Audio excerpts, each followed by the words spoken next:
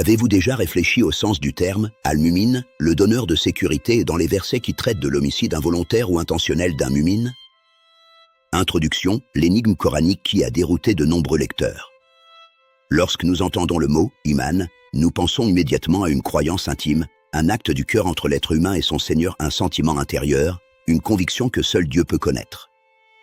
Cependant, cette compréhension répandue nous place face à une énigme théologique et pratique presque insoluble, en particulier lorsque nous examinons les versets de la sourate An-Nisa qui évoquent l'homicide d'un mumin. Le Coran expose des règles précises concernant l'expiation de l'homicide d'un mumin. Ces règles exigent de déterminer la présence de l'iman chez le meurtrier, chez la victime et même chez la personne à affranchir dans le cadre de l'expiation. D'où la question inévitable, comment puis-je savoir si la victime était réellement un mumin, un donneur de sécurité?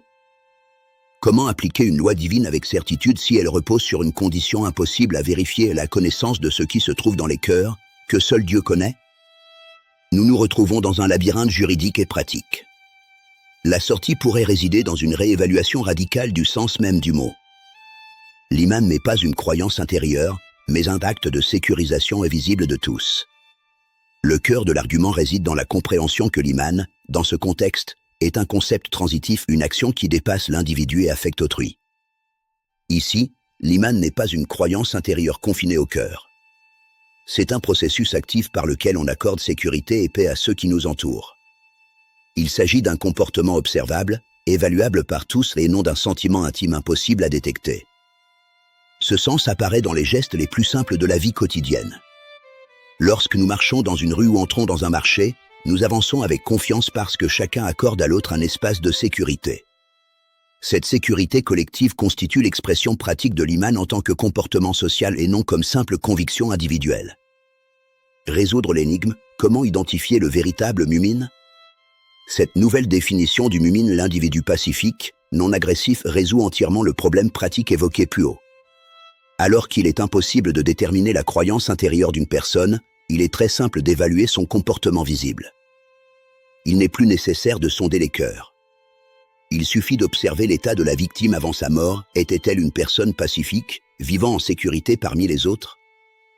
Ou était-elle un agresseur, un combattant, une menace?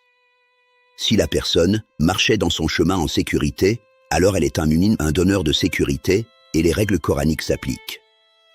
Ainsi, la loi divine passe d'une obligation impossible à une législation claire, juste et pleinement applicable.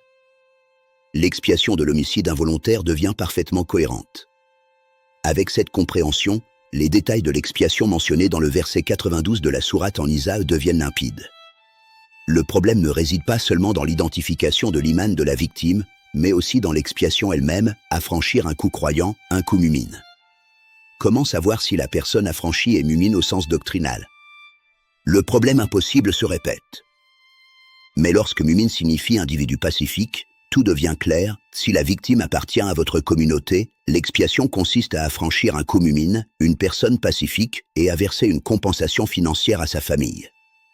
Si la victime appartient à un peuple ennemi mais est mumin, l'expiation consiste uniquement à affranchir un coup mumin, sans compensation car on ne finance pas un peuple hostile. Pourtant, la dignité de la victime demeure protégée, car elle était pacifique. Si la victime appartient à un peuple lié par un pacte, l'expiation revient au premier cas, compensation et affranchissement d'un coup mumin, conformément au pacte de sécurité mutuelle.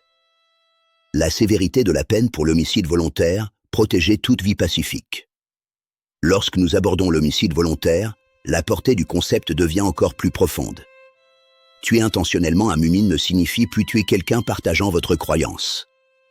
Cela inclut désormais toute personne pacifique vivant en sécurité parmi les autres. Et quiconque tue intentionnellement un mumin, son châtiment sera l'enfer.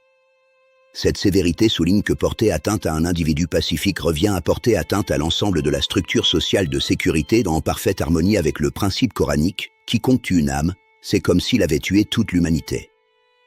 Conclusion, de la croyance intérieure à la sécurité sociale.